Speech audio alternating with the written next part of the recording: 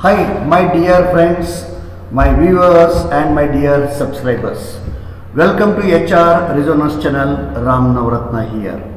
Whenever any April of the year it comes, all the industries and employers are eager to know about the minimum wage and its implementation and also its enhancement.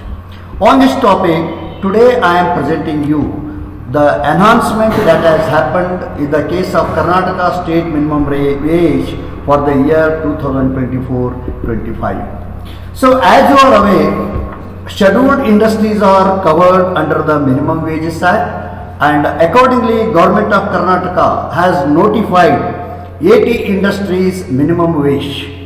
And if it includes employees not covered under any scheduled employment, it comes to 81 minimum wages are defined. So which all employers should be aware. How this minimum wage is calculated? There is a prescribed method and a procedure. However, I will not go into the detail. It all depends on the cost of average price index based on the series of 1960-100. So the current CPI is 9469. And earlier it was 8901, and therefore the rise of 568 points is the increase over the period of year 23-24 and 24-25. Accordingly, at the rate of 4 paise per calculation, industries are required to pay additional cost of living allowance of rupees 681.60. Round figure I am telling you 682 per month for the year 2000 April 24 to March 25 as per the Minimum Wage Act. This is for the monthly rated employees. Per rate day it comes to rupees 26.21 rupees, which employers should be aware.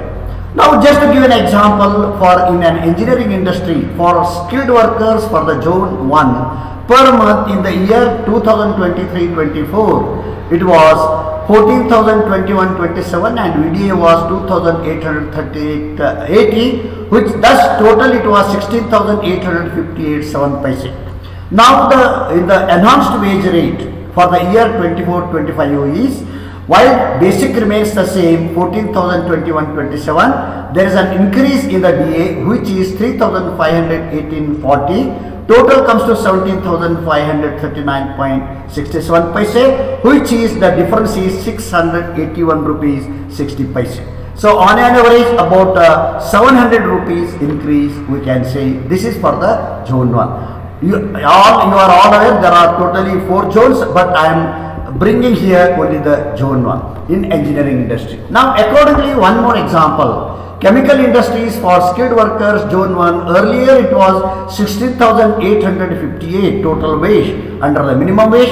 So now it is 17,539.67 paise, say, so 681 rupee is the increase.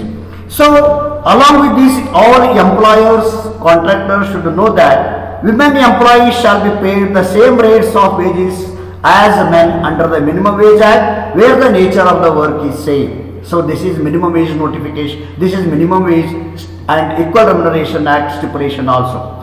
Whether the prevailing rates of the wages are higher, the higher rates of wages shall continue and cannot be reduced. This also employer should be aware. And you may ask the question for in the case of piece rated workers, what happens to them?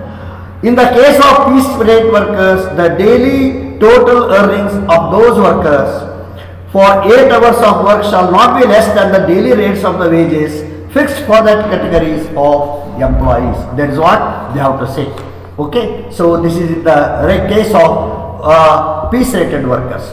To give one more example of shops and commercial establishment, which is a huge sector, for skilled workers for June, for the 24-25 years, it is 17,539 is the total wage.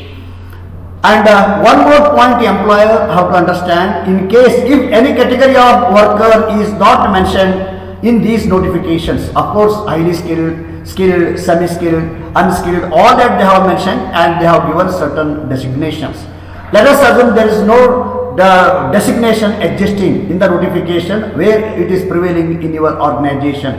In all such case, you have to pay based on the nature of the work fitting into that requirement. And workers employed on the daily rate of if they work on weekly holiday as well as on the national and festival holidays shall be paid the double the normal rate of the wages as per this minimum wage. This stipulation also employer should keep in mind. For the work beyond the normal working hours, that employees shall be paid twice the rate of the normal rates of the wages under all the acts, whether it is a factory or it is a shop act. This also employer should keep in the mind. Any other benefit in addition to the minimum wages of minimum wages, if it is already paid and if it is extended to the employees, the same shall be continued to be extended. Benefits cannot be reduced. These points the employer have to keep in mind.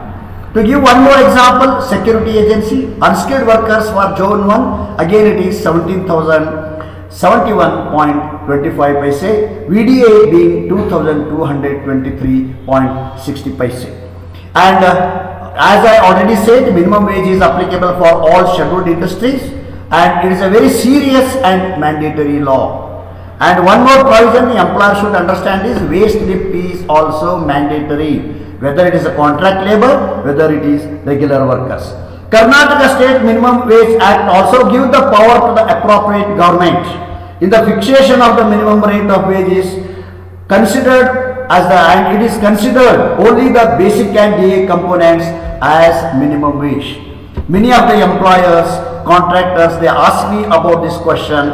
Therefore, one caution I would like to provide you is maintain the basic and DA wherever it is existing under the framework of the Karnataka State Minimum Wage Act of only, and other components you see in different way. But basic and DA component should be as per the minimum wage only. Don't get rattled into that. Under section 6 of the Payment of Wages Act 1936, the employer shall ensure that wages to the employees are directly credited to the respective bank accounts only.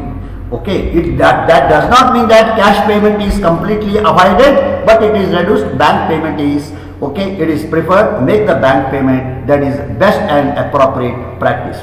Wherever the establishment has engaged employees under the contract labor act, what I say contract laborers, the employer shall ensure that the implementation of the minimum wage under this act is applicable for them also, and all the provisions have to be complied.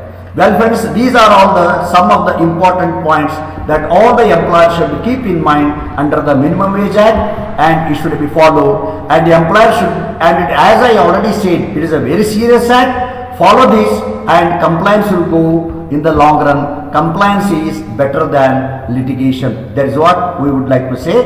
For more details, see the respective minimum wage notifications released by the government of Karnataka and also by other various agencies in the website as well as with the reference in the book. Well friends, thank you very much for your patient listening and also viewing this video. This information is useful to you. Please share, like and also post your comments and views in the comment box of this video. Last but not least, don't forget to subscribe to our HR Resonance channel. Thank you very much friends. Good day. Wait for my next video.